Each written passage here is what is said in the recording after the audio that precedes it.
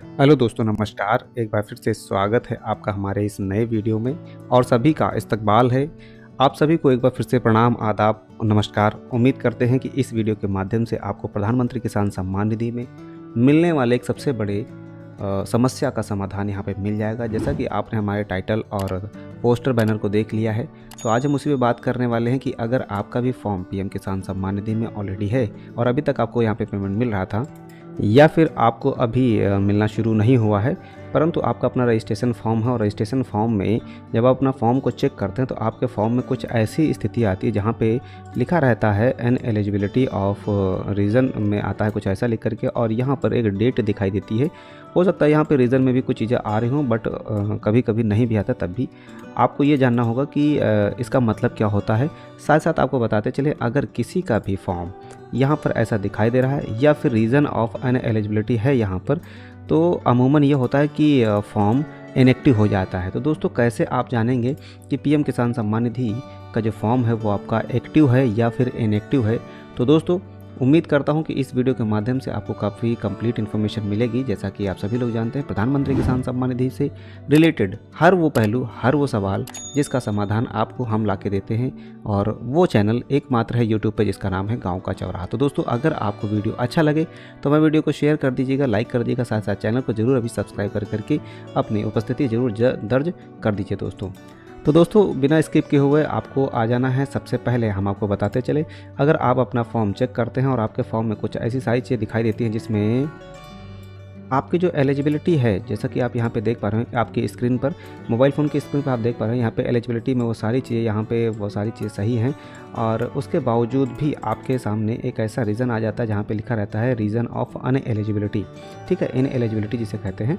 तो यहाँ पे काफ़ी चीज़ें होती हैं, कुछ लोगों में अंडर एज भी लिखा रहता है, कुछ लोगों में कुछ और भी चीज़ें लिखी रहती हैं, कुछ ऐसी चीज़ें यहाँ पे लिखी रहती हैं। बट यहाँ पे हम अंडर एज पे आज बात नहीं कर रहे हैं, हम खाली बात कर रहे हैं आपके रीज़न ऑफ एलिजिबिलिटी में आपका फॉर्म एक्टिव है या फिर इनएक्टिव है। अगर एक्टिव है तो कैसे जानेंगे और इनएक्टिव है तो कैसे जानेंगे? तो दोस्तों, सबसे पहले क्या करना है, आपको हमारे वीडियो को अभी लाइक कर देना है। साथ साथ आपको क्या करना होगा कि उसके लिए आना होगा प्रधानमंत्री किसान सम्मान निधि की इस ऑफिशियल वेबसाइट पे, जिसका हमने लिंक अपने डिस्क्रिप्शन में भी दे रखा हुआ है। अब दोस्तों, क्या करना है, थोड़ा सा आपको नीचे आ जाना है जहाँ पे होता है फार्मर कॉर्नर। यहाँ पे जाने के बाद में आप नीचे आएंगे तो यहाँ पे होता है एक ऑप्शन ऑनलाइन रिफंड का। ओके दोस्तों, अगर इस प्रकार का आप पोस्ट देखना चाहते हैं, आप पढ़ना चाहते हैं कम समय में, तो आप हमारे वेबसाइट पर भी जा सकते हैं, जो कि है www.pmkisansubidha.com। ठीक है दोस्तों, वहाँ पर इसका पोस्ट ऑलरेडी हमने दे रखा हुआ है, आप वहाँ से भी इसे समझ सकते हैं। तो दोस्तों, क्या करना है, ऑनलाइन रिफंड पे जाना है आपको, और ऑनलाइन रिफंड पे जाकर के आपको क्लिक कर देना है। ठीक है दोस्तों, देखिए स्टेप बाय स्टेप सारी चीज़ें मैं बताऊंगा आपको। आधार से चीज़ें, मतलब जो सारी चीज़ें हैं वो सब चीज़ें बताऊंगा। उसके बाद में क्या कर रहा है, आपके सामने ऑनलाइन रिफ़ंड का कुछ ऐसा ऑप्शन आ जाएगा जिसमें देखिए पहला ऑप्शन जो है वो लिखा रहता है if due refund already paid. अगर आपने पहले से पेड कर रखा हुआ है तो आपको पहला ऑप्शन देना है, और अगर आपने अभी तक पे नहीं किया है और आप ये सारी चीज़ें नहीं की हैं, क्योंकि आपको दूसरा वाला ऑप्शन ही चुनना है। ठीक है दोस्तों, दूसरा चुनने के बाद में सबमिट कर देना है। यहाँ पे जैसे आप इसे सबमिट कर देंगे, सबमिट करने के बाद में आपके सामने कुछ ऐसा इंटरफेस आ जाएगा जहाँ पे लिखा रहेगा payment refund for individual farmer. देखिए, हम यहाँ पे पेमेंट को रिफंड नहीं करने जा रहे हैं, पर हम यहाँ पे एक तरीका बता रहे हैं कि आप अपने फॉर्म में ये जान पाएंगे कि आपका फॉर्म एक्टिव है कि नहीं है एक्टिव।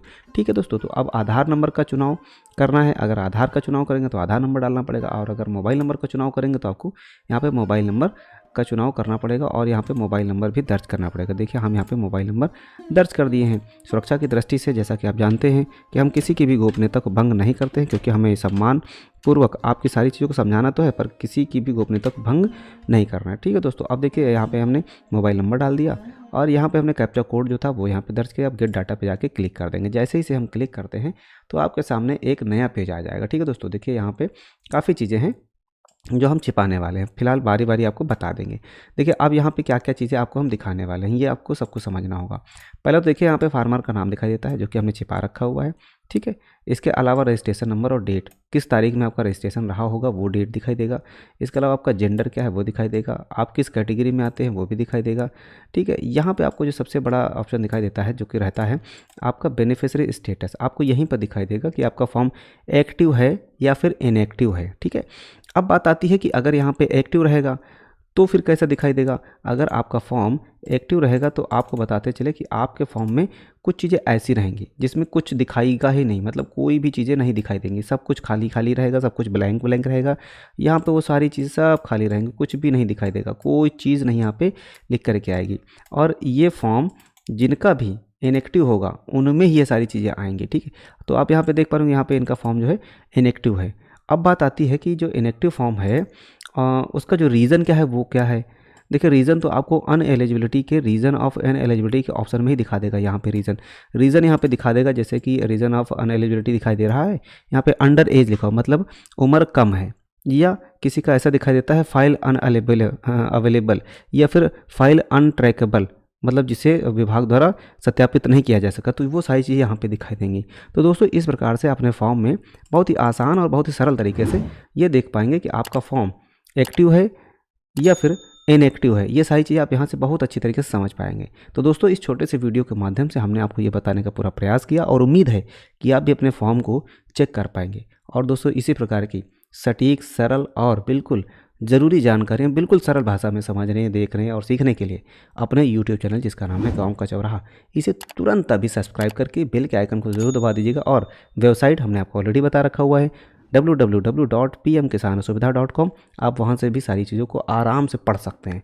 तो थैंक यू सो मच, मिलते हैं आपको अगले वीडियो में, तब तक के लिए हमें अपना सपोर्ट देते रहिएगा। नमस्कार, आदाब, क्षत्रिय।